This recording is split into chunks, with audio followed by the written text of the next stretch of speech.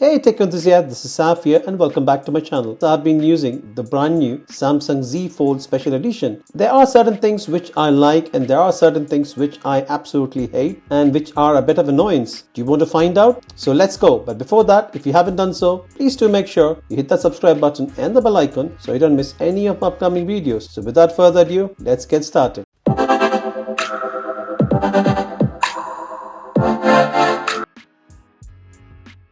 First, let me talk about the design and the build quality. Samsung's build quality is always known to be superior, and that is definitely evident over here as well. There is not a single place, I would say, that corners have been cut. It just feels absolutely premium. It's got the ridged back, which I really like. The advantage is it gives you a bit of grip, and also it's definitely not a fingerprint magnet, which is definitely a welcome addition. Samsung has gone for a very boxier design, which to be honest with you, I really like. One thing which you absolutely have to appreciate Samsung is the way the hinges are. The hinges are very well made. The hinge mechanism is really good, because if you can see over here, it can hold in any given angle. When you buy such an expensive phone, one thing which you want to be guaranteed is the build quality, because that is the one which is going to last you for a long time, especially because this being a folding phone. Everybody who uses the Samsung Fold, they have got a complaint is about the narrow screen, but this time they have gone for a bit wider screen. I won't say that they have completely matched the candy bar style aspect ratio, but yes,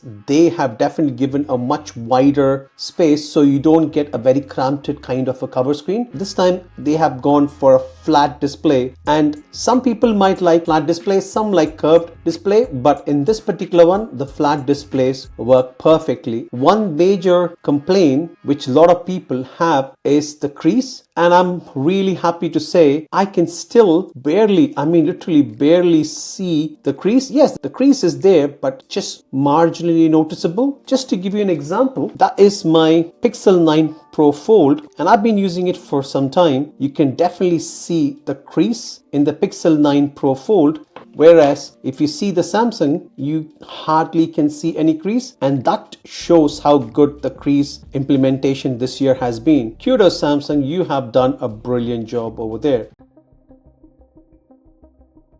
And as far as display is concerned, I absolutely enjoy watching content on the Samsung phone. Samsung makes one of the best displays. That is the truth. And watching content in this phone is absolutely amazing. The clarity in this one is brilliant. And if you want to watch it in full screen, you can do that as well, either in this way or that way. One thing which I kind of hate is when you are in this mode, you do get letterbox. There is no way to escape the big letterbox on the top and the bottom. The only way is, if you want, you can just zoom it, but again, you can see the whole thing, but you do lose a bit of content when you are zooming in. That is something which you have to keep in mind using a folding phone.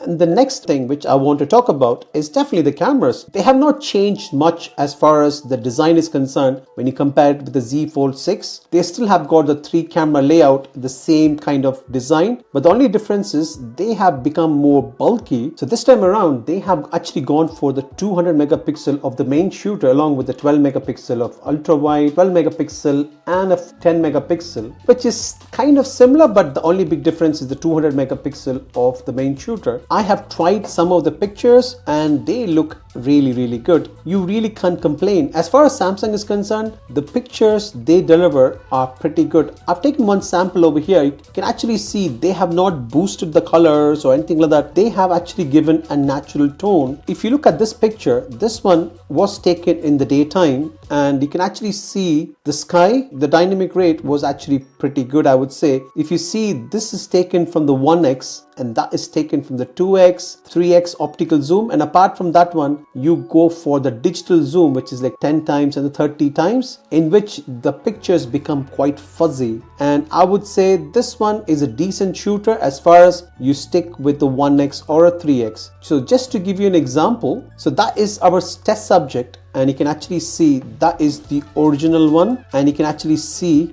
that is how it turned out. So it gives you true to life. You can actually see the details captured in this one is pretty good. It hasn't lost any kind of details, which I really like. And also when I actually do macro picture, you can actually see it has captured even the fine minute details, which is really good, I would say. The same thing goes over here. You can actually see it has captured the fine fibers. To be honest with you, even with my naked eyes, I actually can't see those fibers in this particular test subject, but this has actually captured them, which is absolutely amazing. So I would say the cameras are not going to blow your mind. Let me make that very clear, because yes, they might not have the same kind of cameras what you get with Galaxy S24 Ultra, but this one is no slouch either.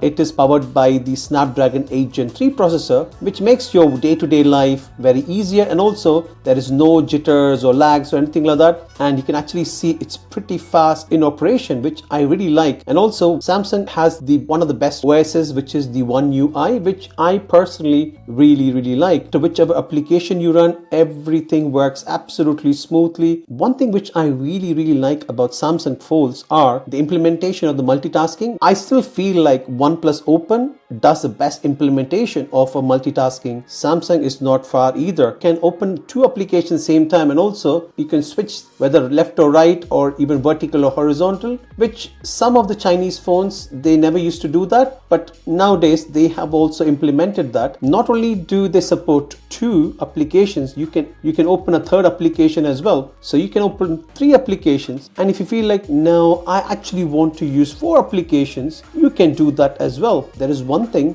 which I would like to mention over here is when you open up an application and when you close it, the animation is pretty slow. Just to show you that again, I've got this application open and I'm closing it. It closes a bit slow. Just to show you what I mean, that is my Google Pixel 9 Pro XL. Sorry, that's my Google Pixel 9 Pro Fold. Gosh, that's a mouthful. Anyway, so just to give you an example, I'm actually going to open up the same. So I've got the Chrome open over here. When I close it, the animation is pretty quick. So if you see over here again, the animation is pretty quick. And the same thing, I do the same thing for Samsung. You can actually see the app actually closes a bit slower. And the other thing which annoys me is if I get any kind of notifications or anything like that, if I want to interact with the phone, see what happens. Can you see that? That really annoys me. The same thing, I've got the Google Pixel Fold over here. I do the same thing. Now, there is no rocking around, but this one, that rocks around like anything, which drives me absolutely crazy. And one thing when it comes to the software, you get a lot of customization, and one of the options is you can use the Good Lock, and that has got a variety of things you can tweak as much as you want. And not only that, one of the features which I absolutely love is the circle to search, which I find it absolutely useful all the time. Now let's talk about the speakers. As far as speakers are concerned, Samsung's Z Fold Special Edition speakers are really good. But without me telling you, let's have a listen to that, shall we?